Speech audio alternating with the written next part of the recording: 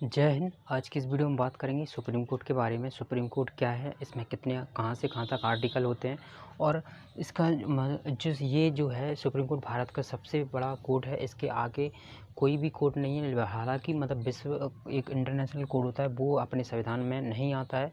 और चलिए वीडियो को स्टार्ट करते हैं। तो देखिए हाई कोर्ट, इस हाई कोर्ट इसके नीचे आता है। देखिए सुप्रीम कोर्ट इसको बोलते हैं उच्च न्यायालय। ठीक है।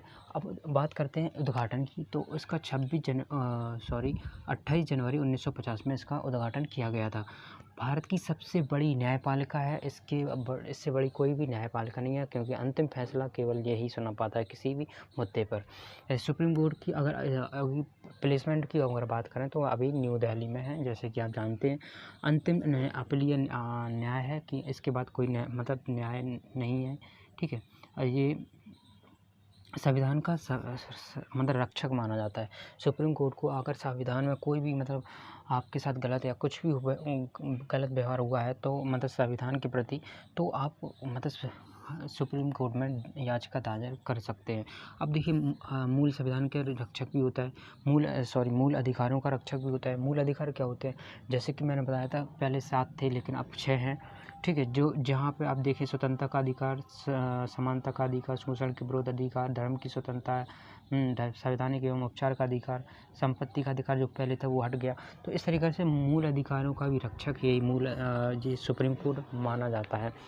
और शपथ की अगर बात करें तो शपथ राष्ट्रपति दिलाएगा, त्याग राष्ट्रपति। और इसका जो कार्यकाल होता है वो 6 साल मिनिमम मैक्सिमम। भाग की बात करें तो भाग 5 में आता है। भाग 5 में मैंने बताया था आपको क्या आता है, संघ आता है। संघ में केंद्र सरकार जो आती है उस भाग 5 में आती है। जो भी जो न्यायालय है वो किस में आता है, संघ में आता है। संघ कई क्षेत्र है, और जबकि हाई कोर्ट होंगे वो राज्य के अंडर में आएंगे।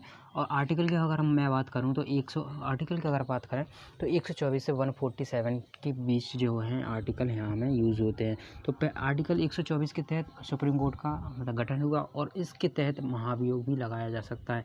अभी पिछली क्लास में बताया था कि जो राष्ट्रपति है, राष्ट्रपति पर महाभियोग कब लगाया जाता है। राष्ट्रपति पर महाभियोग लगता है, और एक सुप्रीम कोर्ट का जो मुख्य न्यायाधीश होता है उस पर भी महाभियोग लगता है। ठीक है। ये इंपॉर्टेंट है किस लोगों पर महाभियोग लगाया जाता है। अगर आर्टिकल 125 की बात करें तो वेतन लेगा। ठीक है। जितना भी वेतन होगा।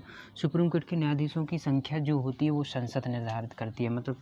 संसद ही काउंट करेगी कि यहाँ पे सुप्रीम कोर्ट में कितने लोगों को बिठाना है। और ये तो फिक्स है कि जो मुख्य न्यायाधीश होगा उसकी संख्या जो होगी वो 1 होगी, और अन्य न्यायाधीशों की संख्या घटती बढ़ती रहेगी। जैसे कि अगर आप देखें सबसे शुरू में मूल संविधान में पहले 7 थी, टोटल 8 थी। 1950 में 56 में 11 हो गई, और 86 में 26, और आज प्रेजेंट टाइम में 31 है। ये बहुत ही इंपॉर्टेंट है, ये पूछा जाता है। अब बात करते हैं 147 आर्टिकल 137 क्या है, सुप्रीम कोर्ट सुनाए गए निर्णय पर पुनः विचार कर सकता है।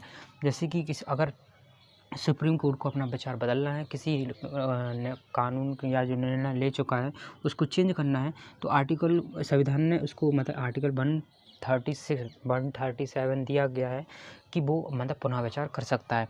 और आर्टिकल 147 क्या है, राष्ट्रपति जो है किसी मुद्दे पर उस पर सलाह ले सकता है। जैसे कि पहली बार राष्ट्रपति ने बाबरी मस्जिद पर सलाह ली थी, और वहाँ पे सुप्रीम कोर्ट ने इनको मना कर दी थी कि हम कोई हस्तक्षेप नहीं कर सकते।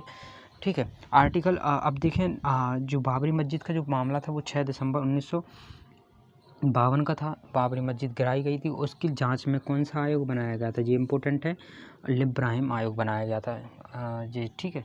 अगर हम बात करें कि जो पहले जो पुरुष थे, मेल थे सुप्रीम कोर्ट के न्यायाधीश कौन थे, वो हीरालाल जे कानिया। ठीक है। अगर फीमेल की अगर हम बात करें तो सीमा साहेब फातिमा बीबी। ये सुप्रीम कोर्ट है। सुप्रीम कोर्ट के आर्टिकल कहाँ से कहाँ तक हैं ये इम्पोर्टेंट है।